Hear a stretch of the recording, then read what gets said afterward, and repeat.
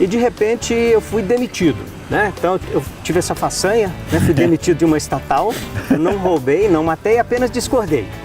Mas enfim, aí teve algo que aconteceu nesse momento que para mim foi muito simbólico, que no momento da demissão, o meu chefe, né, ele falou assim, me entrega o seu crachá. A hora que eu entreguei o crachá para ele, ele falou assim, bom, então agora você não é mais nosso empregado e tem aí um vigilante que vai te acompanhar para levar suas coisas para casa. Agressivo, né? Só que aí sabe o que eu descobri, Takei? O quê? Que junto com aquele crachá foi minha remuneração, foi o meu status, plano de saúde, até a casa que eu morava eu tive que entregar, que era uma casa da empresa. Ou seja, qual foi o meu grande aprendizado? Tudo aquilo que eu achava que era meu, era do crachá. E qual foi o propósito que eu fiz naquele momento para mim? Eu não vou ser mais um crachá. Eu posso até ter um crachá, como tive vários depois, mas eu não vou mais ser um crachá. Então aquilo que eu entendo que precise ser meu, eu não vou deixar que seja algo da empresa.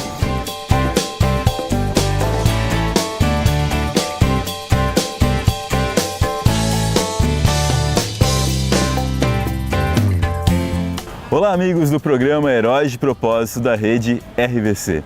Vocês sabem, né, que o que significa ser um herói de propósito para nós aqui nesse programa? São as pessoas que decidem não ser vítimas e nem vilões em sua vida, mas de propósito fazem escolhas poderosas que fazem bem para ela e para as pessoas à sua volta. E não tem melhor forma de eu traduzir o meu amigo João Carlos Rocha do que um herói de propósito, alguém que foi tomando decisões sábias ao longo da sua vida e influenciando positivamente as pessoas à sua volta. Rocha, uma honra estar com você aqui, meu amigo. Uma honra enorme, muito obrigado, viu, por essa oportunidade. Rapaz, você não sabe, você está me dando um presente de aniversário. Tá brincando, irmão? Sério? Hoje? Hoje, exatamente hoje, eu estou completando 60 anos. E não, sabe, sem palavras, por esse presente essa oportunidade de poder compartilhar um pouco da minha história. Meu querido, olha só, poder dar de presente para alguém que já presenteou com tanta positividade, com tantas coisas que vocês vão conhecer nesse programa, dar esse presente de 60 anos, meu amigo. 60 anos e poder fazer esse programa como um presente. Eu fico já grato com a oportunidade de poder fazer isso também. Rocha, conta para o pessoal sobre as suas atuações como palestrante, como treinador, conta sobre o trabalho da Rocha Consultoria como um todo. Tá ótimo. Eu trabalho com a minha equipe, basicamente com consultoria de desenvolvimento organizacional. Trabalho também com consultoria de carreira e treinamentos. E qual que é o diferencial do meu trabalho? É que a gente utiliza uma base conceitual que vem da antroposofia. Então, por exemplo, eu trabalho dentro de uma empresa, eu olho para ela como um organismo vivo, que nasce, cresce, aprende, esquece, fica doente, que se transforma, que casa, que divorcia. Se junta com outras empresas, separa.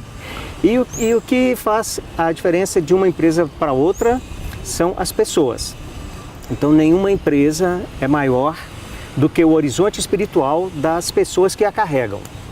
Então essa é a chave do trabalho, né? Desenvolver as pessoas para que os propósitos das pessoas se conectem com o propósito daquela organização. Falar em propósito, você sabe o quanto que isso me inspira, né? Afinal, é a grande palavra que eu vejo que traz significado para a vida. Esses dias, um grande amigo meu, Zé Ricardo Grillo, né, da Universo, ele trouxe uma frase que eu adorei.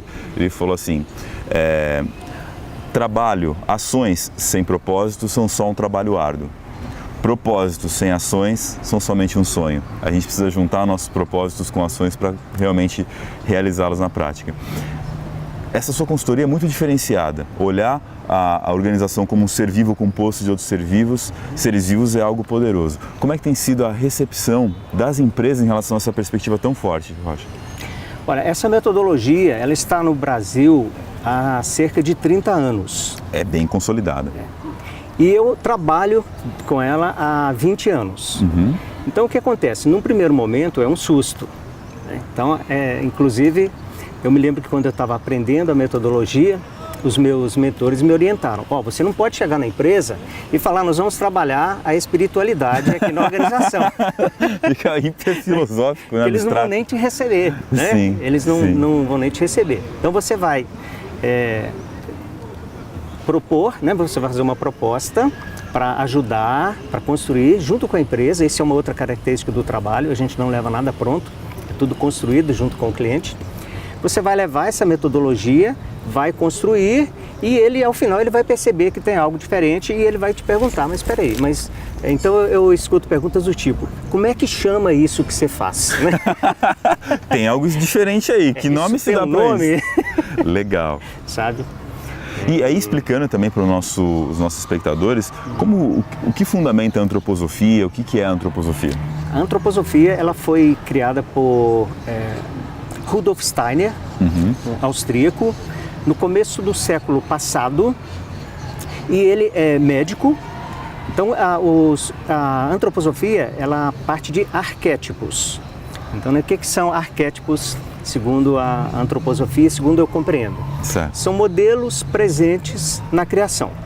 Então, por exemplo, todo ser humano ele tem uma quadrimembração. Nós temos a parte física, nós temos uma parte vital, certo. Nós temos uma parte anímica da alma e nós temos um eu, que é único. Então, isso é comum a todos os seres humanos.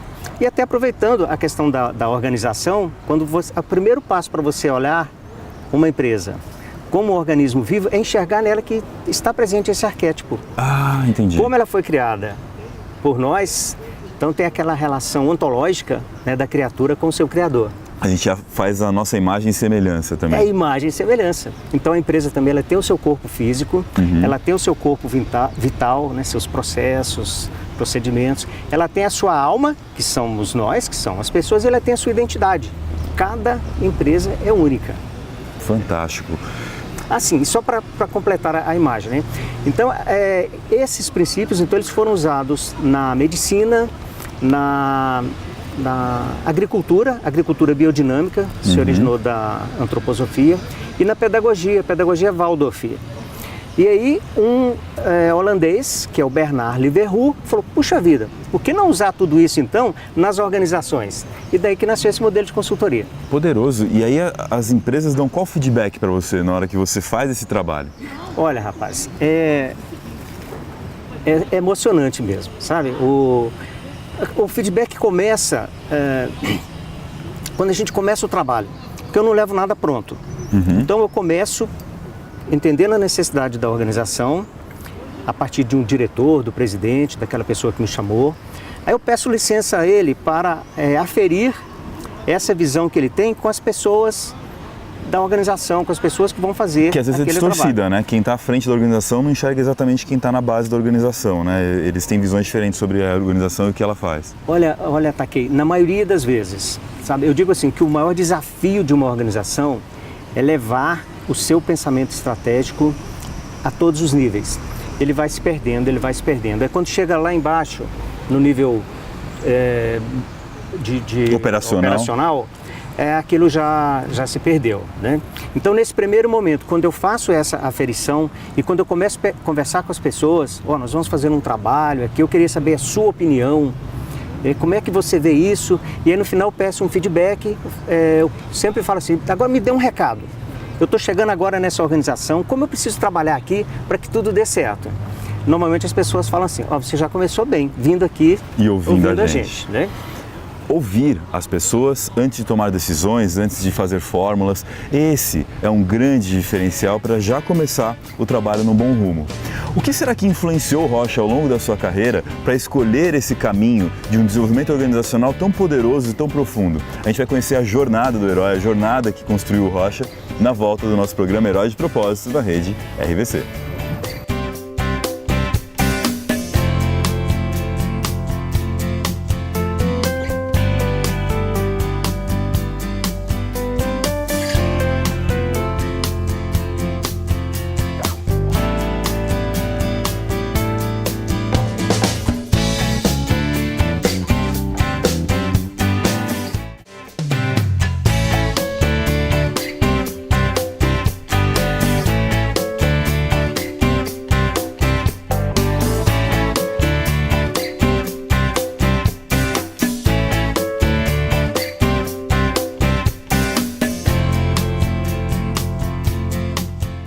Estamos de volta com o nosso programa Heróis de Propósito na Rede RVC, curtindo um presentão de aniversário do nosso amigo João Carlos Rocha, está fazendo hoje aqui seus 60 anos, Rocha.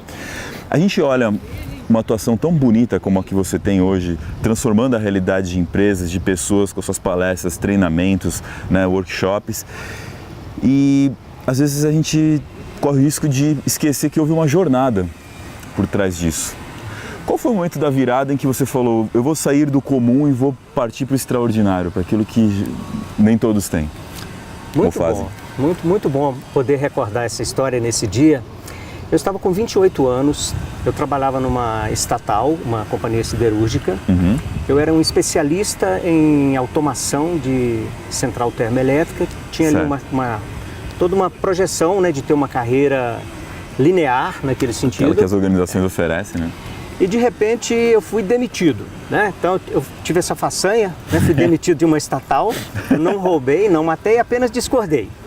Mas enfim, aí teve algo que aconteceu nesse momento que para mim foi muito simbólico, que no momento da demissão, o meu chefe, né? Ele falou assim, me entrega o seu crachá. A hora que eu entreguei o crachá para ele, ele falou assim, bom, então agora você não é mais nosso empregado, e tem aí um vigilante que vai te acompanhar para levar suas coisas para casa. Agressivo, né? Só que aí sabe o que eu descobri, Takei? O quê? Que junto com aquele crachá foi minha remuneração, foi o meu status, plano de saúde, até a casa que eu morava eu tive que entregar, que era uma casa da empresa. Ou seja, qual foi o meu grande aprendizado? Tudo aquilo que eu achava que era meu, era do crachá. E qual foi o propósito que eu fiz naquele momento para mim? Eu não vou ser mais um crachá. Eu posso até ter um crachá, como tive vários depois, mas eu não vou mais ser um crachá. Então aquilo que eu entendo que precise ser meu, eu não vou deixar que seja algo da empresa. E o segundo é me tornar um estudioso de carreira, para que eu pudesse assumir então o protagonismo da minha carreira, mesmo sendo empregado. E aí nessa linha eu tive um segundo momento de virada, né? Aí eu me recoloquei no mercado de trabalho, ainda em automação, e aos 37 anos eu comecei a ter uma série de inquietudes sobre o meu futuro. Estava muito bem em termos de remuneração, de cargo, numa empresa multinacional fantástica, mas eu comigo mesmo sentia que eu podia fazer algo diferente, que pudesse impactar mais biografias do que aquele trabalho de automação. Até ajudar pessoas em suas carreiras para elas também deixarem de ser um crachá, tomarem cuidado, porque se a gente não perceber, a gente vira um crachá mesmo, né? Perfeito. Olha, sinceramente, eu não tive, naquele momento eu não tive essa consciência, mas de certa forma seria eu poder falar do que eu vivo, né? Falar do que eu vivi e não viver do que falo. Né? Tem muitos que vivem do que falam, né? Sim. E a gente poder falar do que vive, isso é extraordinário. Traz autenticidade. E você começou a trazer isso através dos seus livros também, né? Conta um pouco sobre eles e como eles influenciaram o seu trabalho. Muito bem. Aí dos 37 anos eu fiz todo um processo e saí da área de automação, onde eu já era um bambambam, e fui para a área de treinamento e desenvolvimento, começando ali de baixo, ali, como um assessor. Né? Eu fiz alguns passos atrás na minha carreira. Dos 40 aos 50 eu fiz uma outra carreira e já estava como gerente de treinamento da multinacional para a América do Sul. E aí surgiu a oportunidade de escrever um capítulo para esse livro, que é... Ser Mais com Treinamento e Desenvolvimento, T&D. Estratégias e ferramentas de treinamento e desenvolvimento para o mundo corporativo. Muito legal. Bom, aí como eu tinha um cartucho, né, tinha um capítulo, eu escrevi aquilo que eu comentei no primeiro bloco. Sobre como ver o modelo. Como ver a empresa como um organismo vivo, né? E aí a partir deste livro eu conheci o jornalista Carlos Abranches, a gente gravou um programa, o programa dele, e isso trouxe para mim já uma maior visibilidade. Certo. E aí aos 50 anos foi a terceira virada. Quantas viradas, vejam isso. Porque aí eu já estava na multinacional de novo, estava tudo bem, tudo ótimo, maravilha. Puxa vida, mas com essa experiência que eu adquiri na multinacional, com essa minha trajetória agora, por que ficar preso só em uma organização? E aí foi quando eu decidi então sair para o mundo e abrir a minha consultoria de desenvolvimento humano e organizacional, né? E mais recentemente comecei a trabalhar também com carreira. Então há 3 anos eu venho trabalhando com carreira, justamente nessa linha aí de, olha, cuidado, né? Se você é um crachá, se não é um crachá. Bom, e certo é que este capítulo deste livro acabou inspirando um outro, que é os 7 portais de Jaspe. Bom, então o que são 7 portais? É um nome curioso. Aliás, antes de falar dos 7 portais, né? Quem é Jaspe, né? Então Jaspe é o protagonista do livro e 7 portais são setênios. 0 aos 7 anos, 7 aos 14, 14 aos 21, que de novo é um outro arquétipo. Todo mundo passa por isso. E no 7º portal, dos 42 aos 49, ele descobre o propósito dele. Até a gente conversando um pouco antes, né, você falou comigo sobre essa diferença de propósito e missão. Pois né? Isso gera às vezes uma confusão nas pessoas, elas me perguntam, a pessoa pode ter mais de um propósito? O propósito muda ao longo da vida das pessoas? Para começar a entender a resposta para isso, eu falo, a gente tem que ver a diferença entre propósito e missão. O propósito é a sua essência, quem você é e como você se identifica no mundo. O que muda são as missões, que são como a gente manifesta nosso propósito. O propósito evolui, né? O propósito pode sofrer uma grande transformação, mas normalmente ele vai indo aos poucos, né? As missões é que mudam abruptamente. E aí, como é que você vê isso? Então é interessante que essa conversa me fez compreender melhor até o meu próprio livro, né? Porque até o 7º portal eu vi que eu vim construindo várias missões. Legal. E no 7º portal aí caiu para mim a ficha do meu propósito, que é despertar. Despertar o quê? Pessoas, equipes, organizações. Então meu propósito não é ensinar, não é aconselhar, não enfim, é despertar, né? E esse livro, ele é inspirado na minha história. E o subtítulo do livro também é muito interessante, porque é um outro arquétipo, que é uma pergunta, um encontro, um caminho. Então essa é a dinâmica da minha vida. Sempre que eu tenho uma pergunta existencial, uma pergunta profissional, seja o que for, eu tenho um encontro e daí surge uma resposta, um caminho. Não uma resposta, um caminho. E isso são manifestações de um outro arquétipo, que é o do pensar, sentir e querer, que são as 3 energias que nos movem. Sabe aquela história? Você escrever um livro, ter um filho e plantar uma árvore? Sim. Exatamente a manifestação desse arquétipo. Para você escrever um livro, você precisa do pensar. Verdade. Para você, quem tem filho, existe amor maior do que amor de filho? Incondicional. Existe o de neto. Boa resposta. Eu acabei de descobrir o amor de neto. E plantar uma árvore, além de exigir o querer, é um ato de extrema generosidade, porque você vai muitas vezes plantar uma árvore que você nem vai colher os frutos dessa árvore, né? Muito poderosa essa jornada, porque ela começa com uma pergunta. Em um mundo de respostas prontas, em um mundo em que a gente está acostumado a querer ter aquilo que já é pré-fabricado, começar com uma pergunta é começar com a sua própria jornada e não com aquela que outros planejaram para você. É deixar de ser um crachá e ser uma pessoa que tem um crachá e não um crachá que domina uma pessoa. A gente vai entender quais são os próximos passos. Agora, aos 60 anos, quais são os próximos planos do Rocha na volta do nosso programa Herói de Propósito na rede RVC.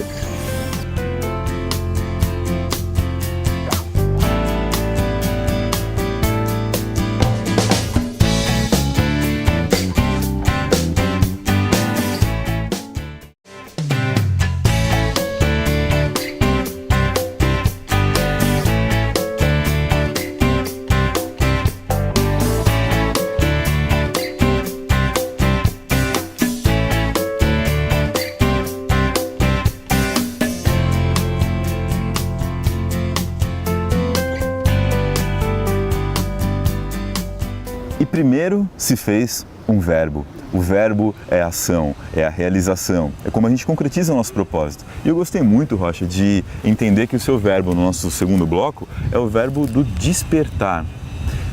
Como você dá sustentação para esse verbo na sua vida? Muito bom. Então o despertar é o quê, né? O propósito. E como? Aí eu coloco 3 verbos no gerúndio. Legal. Né? Que é desenvolvendo, gerindo e compartilhando. Desenvolvendo, gerindo e compartilhando. Desenvolvendo pessoas, equipes, organizações. Com tudo que você contou pra gente no primeiro bloco, o caminho que você desenvolve. Exato. Né? Gerindo a minha própria empresa e uma fundação com a qual eu colaboro também. E compartilhando através de livros, do blog, das conversas, enfim, sempre que eu tenho oportunidade, eu estou compartilhando o que eu aprendi. Compartilhar foi um verbo que fez muito sentido para mim ao longo desses últimos anos, porque quando a gente não compartilha, a gente está solitário. E solitário a gente está vulnerável, frágil, né? É muito poderoso ter isso como sustentação, porque a gente jamais se sente desamparado. Agora, o que você entende que são os poderes de ter quando a gente tem um propósito, quando a gente tem uma visão clara, né? Você desenvolve as pessoas, né? Gere, compartilha. Que poderes que isso vai trazendo para a nossa vida? Olha, Takei, especialmente para mim, é um poder extraordinário. O que acontece? Nós vivemos num mundo hoje de infinitas possibilidades. Então, a todo momento, eu recebo uma proposta para fazer alguma coisa. A gente fica assim, né? É um convite, né? O rapaz tem um negócio muito bom para te apresentar aqui, né? Tem um programa tal, enfim. E aí, onde é que entra o propósito? Ele é um filtro para mim. Então, quando alguém me propõe algo, aí já mentalmente eu faço essa avaliação. Peraí, tem a ver com o despertar? Tem a ver com desenvolver, com gerir e com compartilhar? Se tem, ótimo, eu já abro a próxima porta. Se não tem, já fecha ali. Já não vou perder tempo, perder energia com algo que não tem a ver com o meu propósito. Então, propósito, muito mais do que dizer aquilo que a gente faz, também diz as coisas que a gente vai escolher deliberadamente não fazer, porque cada escolha é uma renúncia. Cada coisa que você resolve fazer é alguma coisa que você vai ter que deixar de fazer com o tempo que lhe sobra, né? E tem uma escolha que a gente precisa fazer ao longo da nossa carreira, que talvez seja uma das mais fundamentais, que é a nossa vida pessoal, a nossa família. Como é que você enxerga essa escolha? Você que está completando agora seus 60 anos, né, de uma jornada tão especial. Olha, rapaz, agora você tocou num ponto...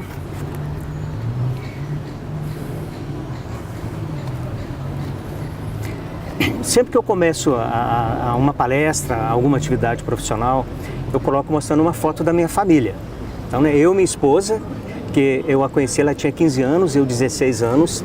Então nós construímos aí uma história, né? Hoje temos 3 filhos e temos já 4 netos, já está chegando mais um netinho agora, no mês que vem. Então o grande aprendizado é que não existe nenhum sucesso profissional que justifique um fracasso na família. Então se me perguntar hoje, você está completando 60 anos, do que você mais se orgulha, qual é a sua maior realização? Eu falo, a minha família.